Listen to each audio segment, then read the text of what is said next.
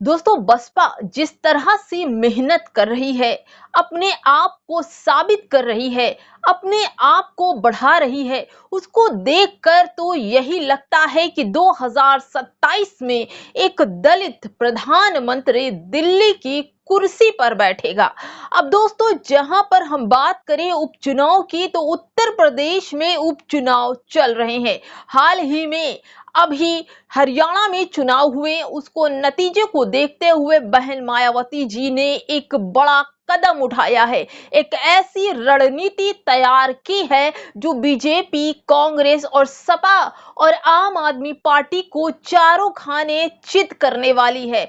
उन्होंने अपने रणनीति में जो बदलाव किया है वो हम आपको इसी वीडियो में बताएंगे। नमस्कार, जय भीम, जय संविधान। दोस्तों मैं हूं आपकी दोस्त शैला और आप देख रहे हैं पीडीएम न्यूज।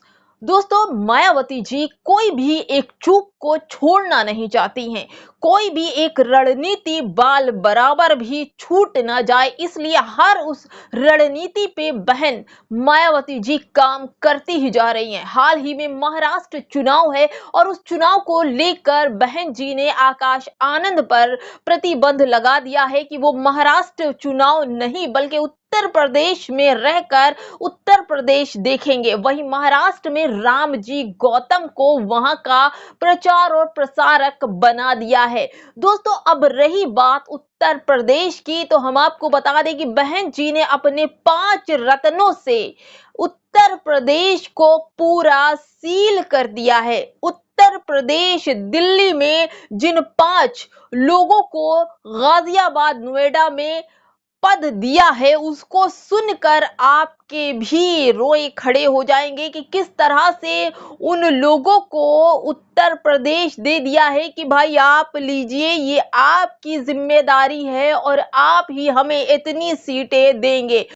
उन लोगों के भी नाम बताएंगे जो उत्तर प्रदेश, गाजियाबाद और दिल्ली की रणनीति तैयार कर रहे हैं। दोस्तों आपको याद है जब अकबर हर बार दरबार में युद्ध हार जाता था, उसने अपने दरबार में 9 रत्नों का पद दिया था। उन 9 रत्नों में हर अपने कीमती 9 रत्नों को अपने दरबार में जगह दे रखी थी। उसी तरह बहन मायावती जी ने भी अपने 5 रत्नों को चुन लिया है और ये रत्न ही बहन मायावती जी के साथ मिलकर उत्तर प्रदेश जीतने का काम कर रहे हैं। दोस्तों हम धीरे धीरे हम सबका नाम बताएंगे। दोस्तों पहले नंबर पर आते हैं सुजीत सम्राट जी, जो पेशे से वकील हैं और अक्सर बसपा के समर्थन में आप उनको देख सकते हैं, सोशल मीडिया पर खूब वायरल होते हैं और बहन जी के टच में, बसपा के टच में उसको मजबूत बनाने के लिए ही अग्रसर रहते हैं। और कुछ ही दिन पहले ही सुजीत सम्राट जी को बसपा में ज्वाइंट भी कराया गया। उनके हिस्से में दिल्ली की 12 सीटें आएंगी जो आम आदमी पार्टी को सीधे टक्कर देंगी। दूसरे नंबर पर आते हैं टीपी सिंह, इनको भी 12 सीटें मिली है दोस्तों और इनका जनाधार दिल्ली में बहुत है। और क्योंकि बसपा चाहती है कि जिन लोगों का वर्चस्व, फेस चमकदार है, नौरत्न है, वही बसपा में चुनाव को जिताने का काम कर सकते हैं। हम आपको बता दें कि तीसरे नंबर पर है सुदेश आर्या जी, जिनके हिस्से में 16 सीटें दिल्ली की आई है, जो कार्डर कैंप को बाखूबी से निभाते हैं, चलाते हैं और बसपा को मजबूत बनाने के लिए 24 घंटे तत्पर रहते हैं। और बहन जी ने इनको दिल्ली की 16 सीटें इनके हिस्से में दी है और देखते हैं कि जिन लोगों के हिस्से में सीटें आई हैं वो क्या चमत्कार दिखाते हैं।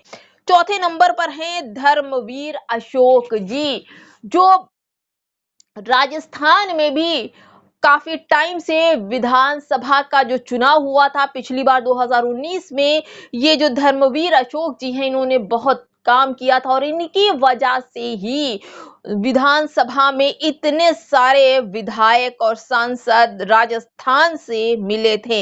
इनको लेकर भी बहुत चर्चा है। बहन जी ने इनको बहुत बड़ी और बहुत ज्यादा सीटें दे दी हैं। इनके हिस्से में 20 सीटें हैं दोस्तों, और ये 20 सीटों पर कितनी जीत दिलाएंगे ये तो आने वाला वक्त ही बताएंगे। 5वें नंबर पर है रणधीर बेनीवाल जी, जिनके हिस्से में केवल 7 सीटें आई हैं। लेकिन आपको ये बता दें कि अगर हरियाणा में अभी हाल ही में उपचुनाव हुआ था और वहां पर जो कामयाबी मिली, जो प्रोत्साहन, जो मजबूती, जो कार्डर कैंप के जरिए मिला, वो रणधीर बेनीवाल जी की ही वजह से मिला। इसलिए बहन जी ने भी उनको बहुत बड़ी पद दे दिया है। ये 5 रत्न, जिसमें सुजीत सम्राट, टीपी सिंह, सुदेश आर्या, धर्मवीर अशोक, रणधीर बेनीवाल, इन 5 लोगों को लेकर बसपा बहुजन समाज पार्टी की नींव को और ज्यादा मजबूत बनाने में लगी है। दोस्तों, इन 5 नामों के अलावा एक और नाम है, जो नाम है अशोक अज्ञानी जी का। कहा यह भी जा रहा है कि बहन जी इनसे भी संपर्क करेंगे और जल्द ही इन्हें भी कोई बड़ा पद देंगे, जबकि अज्ञानी जी बसपा से नाराज चल रहे हैं।